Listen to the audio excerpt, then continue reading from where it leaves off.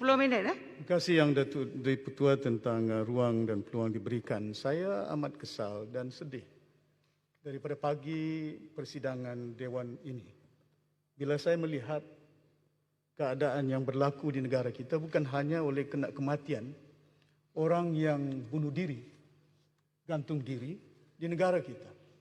Kita tidak amat prihatin walhal landasan yang sepatutnya Dewan yang mulia ini membolehkan kita mengutarakan bukan hanya pandangan kita, menegur kerajaan.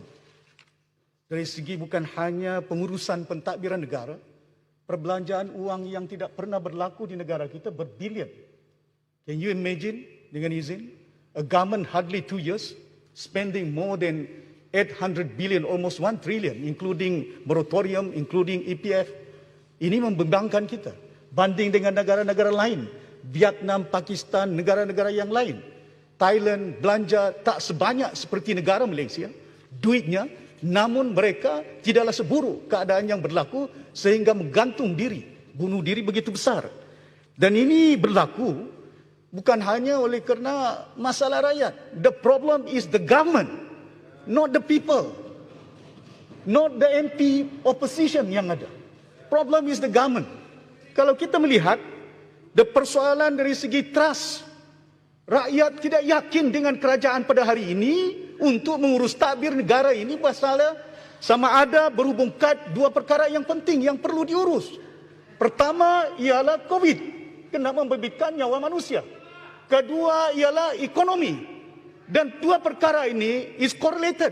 Dia tidak boleh diurus tadbir berasingan. Kena dia memberikan nyawa manusia, begitu juga melumpuhkan keadaan ekonomi negara kita. Dan ini yang membimbangkan kita, pengurusan kerajaan. Bayangkan hari ini, kita baru dipahamkan tadi tentang darurat. Dah belanja duit puan. Kewangan amanah negara, kumpulan yang hampir 5 bilion. Dan belanja ini macam mana? Is it legal or illegal? Since darurat menggunakan ordinance yang dah pun diluluskan. Saya nak persoalkan. Ramai, bukan beratus, beribu rakyat di negara ini compounded.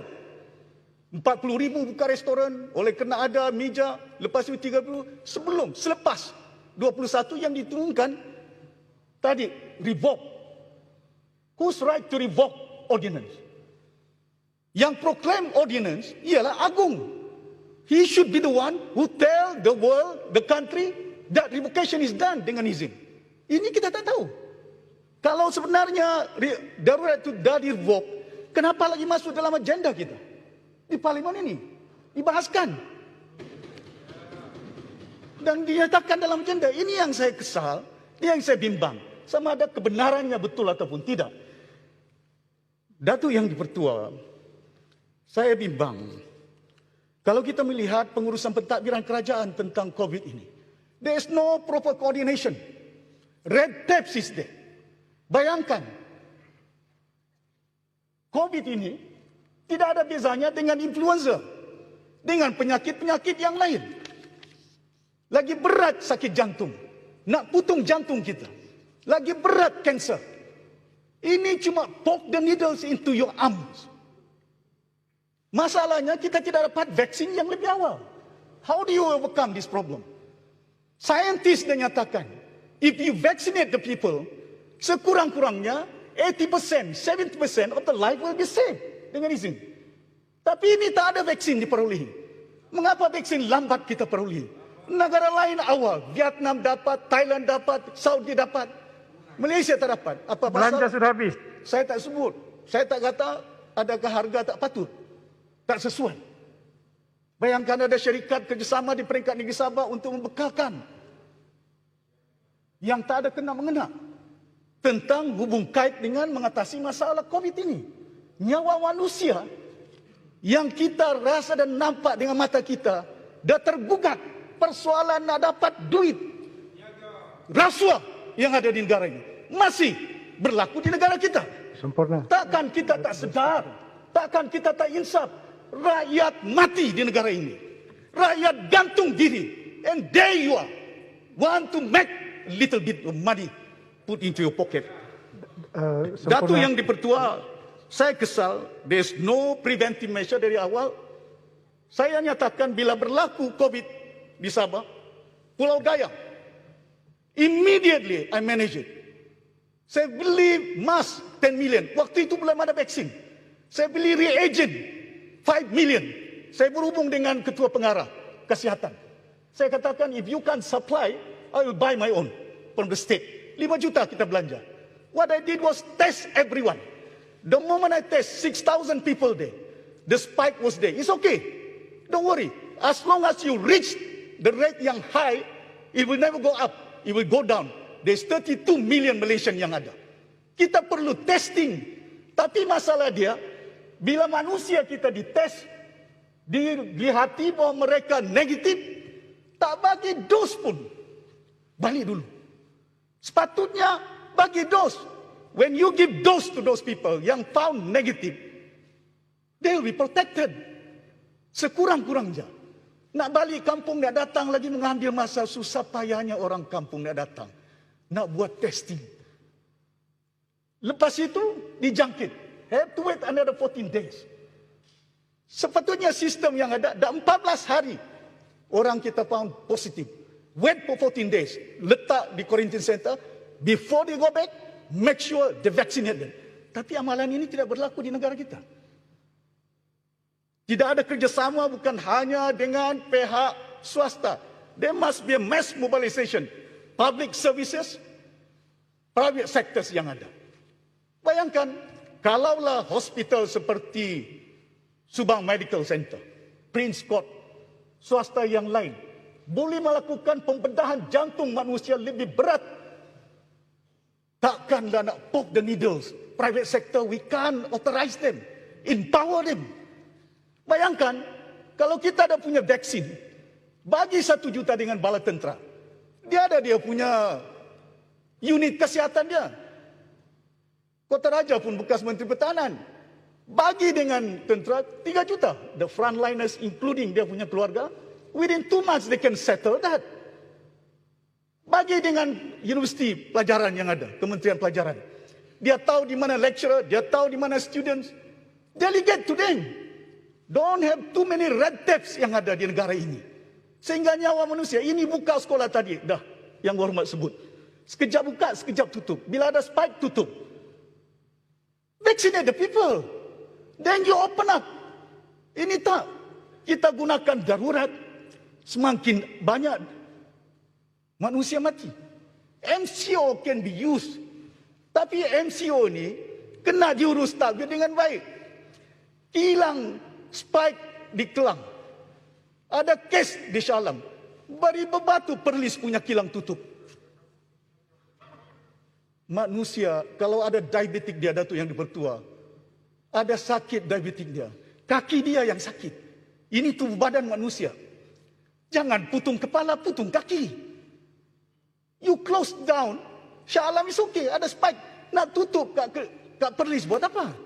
You lumpuhkan ekonomi negara kita. Mana kebijaksanaan pengurusan? The problem is with the government. Not the people. Not the MP yang kita ada.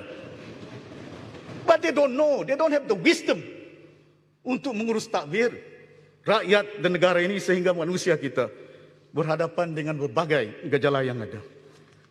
Tinggal 1 minit. Itu baru COVID saja.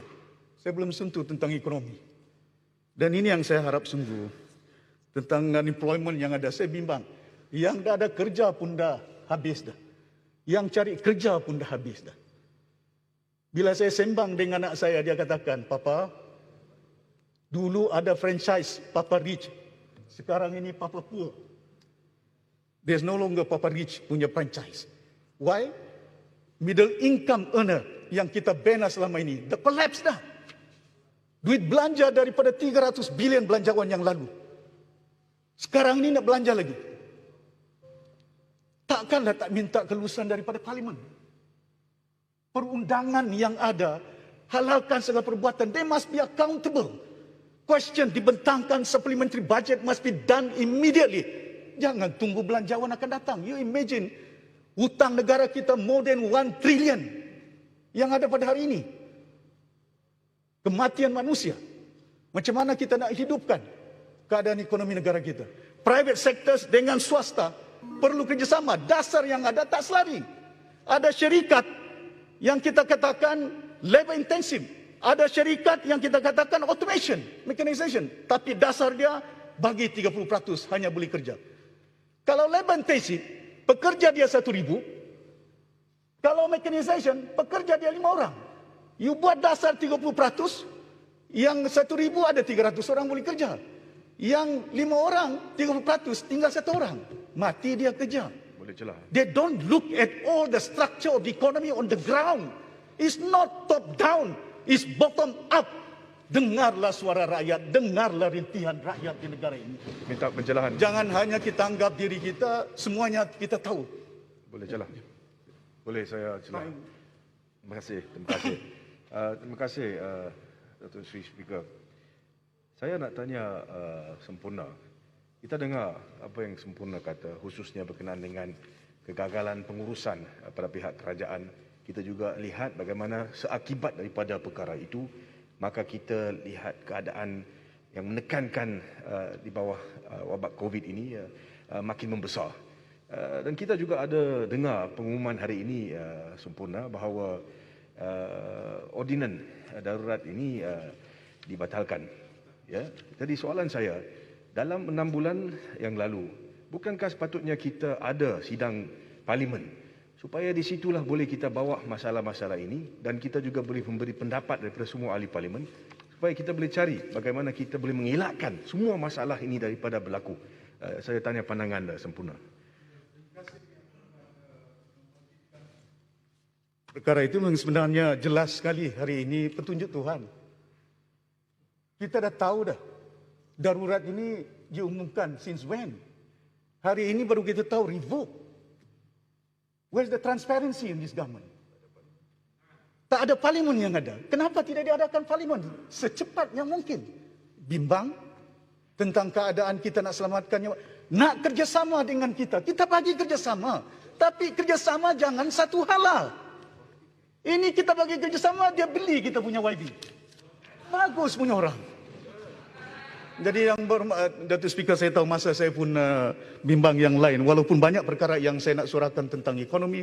Bukan hanya saya nak kritik kerajaan, banyak pandangan. Ini landasan untuk memungkinkan kita nak utarakan bagaimana sepatutnya vaksin yang ada, yang perlu diedarkan kepada umat yang ada di negara ini, yang kita bimbang. Nyawa, bayangkan hari ini dah beratus kontrak medical officers walk out. Hari ini di hospital-hospital di negara kita is a mere press of button by the doctor to decide oxygen to be given to who. Siapa nak hidup, siapa nak mati. Tak pernah berlaku dalam negara kita. Sehingga bayangkan di negara kita, rakyat dikurung dengan barbed wire, seumpama binatang. Is this how you work with your people? Sempurna. Please engage with the people sebaik mungkin. Sempurna. Untuk membolehkan kita dapat sedikit. Terima kasih Datuk Speaker. Dah habis masa lah yang buat. Tapi sedikit saja. Ini penting kerana berkaitan dengan oksigen. Saya tahu, tapi ramai lagi nak bahas. Tahu. Tapi I just need Sempurna untuk membawa juga isu ini berkenaan dengan supply of oksigen. Infrastruktur di Sabah pun masalah besar. Selain daripada kekurangan vaksin ataupun ketidak sesama seperti negeri yang lain, Sabah adalah negeri yang tercorot berkenaan dengan vaksinasi. So infrastruktur selain daripada doktor, infrastruktur kita di hospital pun masalah besar. Sempurna. Terima kasih Datuk Yang Dipertua, saya nak pindahkan. Saya tahu, saya yakin, saya juga pernah menjadi menteri 30 tahun di negara ini mentadbir di Semenanjung, dan saya lihat bagaimana prasarana kita, we look down at it. Prasarana cukup, kita katakan daif sangat di negara kita. Bukan hanya sekolahnya, hospitalnya. Semenjak Jua Cuming saya masih ingat, tak ada kemudahan-kemudahan.